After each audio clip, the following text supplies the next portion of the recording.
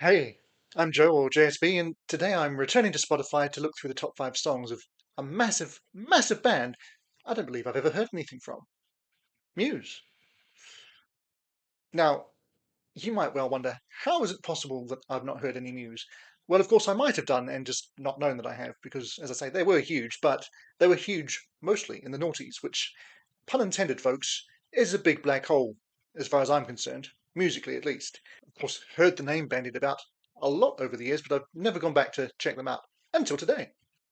Now, I have a fairly long list of potential acts to cover in this particular way, but they've leapt up that list recently because of old Jim Newstead. Now, many of you will know his channel and may have seen his recent video where he went through his top 10 bands of all time. Spoiler alert if you haven't seen it, Muse came in at number 5 on Jim's list, so I thought, well, if Jim thinks that highly of them, they're probably shite. No, I'm joking. I thought they'd probably be worth a listen, so that's what I'm doing. As ever with this series, I'll do a countdown of their current top 5 songs on Spotify and pick just one of those to have a listen to. And I'll be relying on you to tell me which of the other 4 I should have chosen instead. Or indeed, do next. When we get there, I want you to tell me which of the 5, if you could only pick one, and indeed only keep one for the rest of time, which one that would be. Alright, let's head to Spotify and see what we find. Okay, so Muse still have over 15 million monthly listeners, so not too shabby, and their top 5 songs are, at number 5, Time is Running Out. Well, time is running out for me to listen to them because I'm getting on a bit. Okay, number 4, Hysteria. I assume that's not a Def Leppard cover. I really hope it's not. Number 3, we have Starlight. And then at number 2, it's Uprising. And drumroll please, the number 1 current song on Spotify for Muse is Supermassive Black Hole. Alrighty. Well, as I say, I'm going to pick just one of those to listen to, and that one is going to be this one.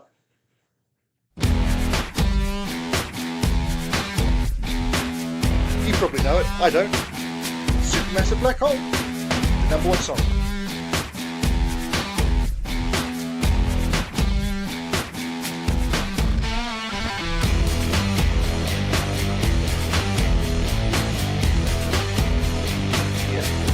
Don't recognise it so far, for sure.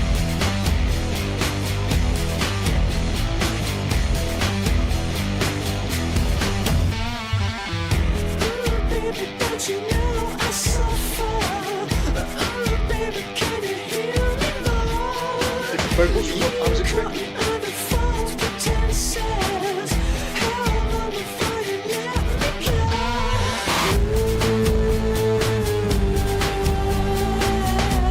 You set my soul alight.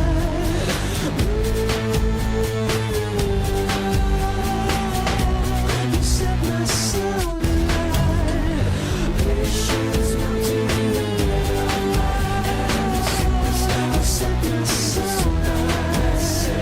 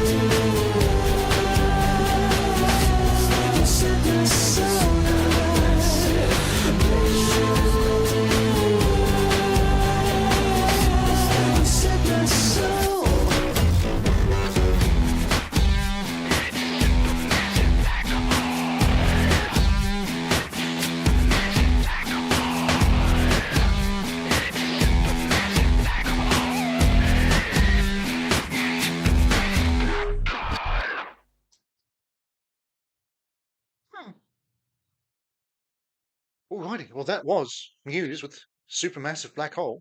And if I had an idea of what it was going to sound like, it wouldn't have been that.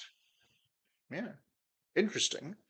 I'm not certain I was completely won over by it, but as a springboard for delving into this band, it's a curious one.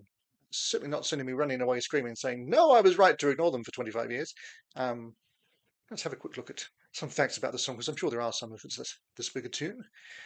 And indeed, it was released as the lead single from the band's fourth studio album, Black Holes and Revelation. I know if you're a Muse fan, you know all this, but I'm just catching up.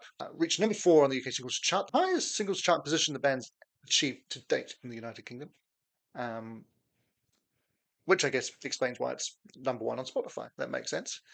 And it's been described as alt rock, dance rock, and funk rock. Bellamy, that is Matt Bellamy, I believe, said the song was the most different to anything we've ever done. Okay, so it's their biggest hit, but it's also different to everything else they've done, or at least had done. I don't know what they've done since. A lot, probably. So is that something that became typical of their sound, and the whole electronic aspect of it is something I freely admit I would struggle with. If there's a lot of that going on across the catalogue, then chances are they might not be for me. Vocals I liked. I wasn't expecting them to be that kind of almost falsetto, not quite Bee Gees style falsetto, but in that ballpark. Certainly not your standard full-voiced uh, rock vocal, which was what I assumed was coming my way. It was kind of catchy, but to your delight, I'm sure I wasn't left singing it by the end of the last chorus. So either that's a good or a bad thing, depending on your point of view. Um, lucky escape, perhaps. All right. Okay. Yeah. So I'm effectively after that. I consider myself none the wiser, really. Do I delve into something else or not? You should, as I say, let me know down below. And out of those top 5 songs that I listed, if you could only have one and the other 4 had to go, which one would you keep? Let me know, and maybe that'll be the one I do next, assuming I do. That's Muse, delved into very, very slightly. But is there another band I'd heard of but never heard that I've ended up loving from the first listen? Well, actually, yeah, and they were on Jim's list too. You can see that there, after subscribing if you haven't already. So it just leaves me to say thanks for watching, and bye for now, but not for long. Acting is reacting. This does not mean acting again.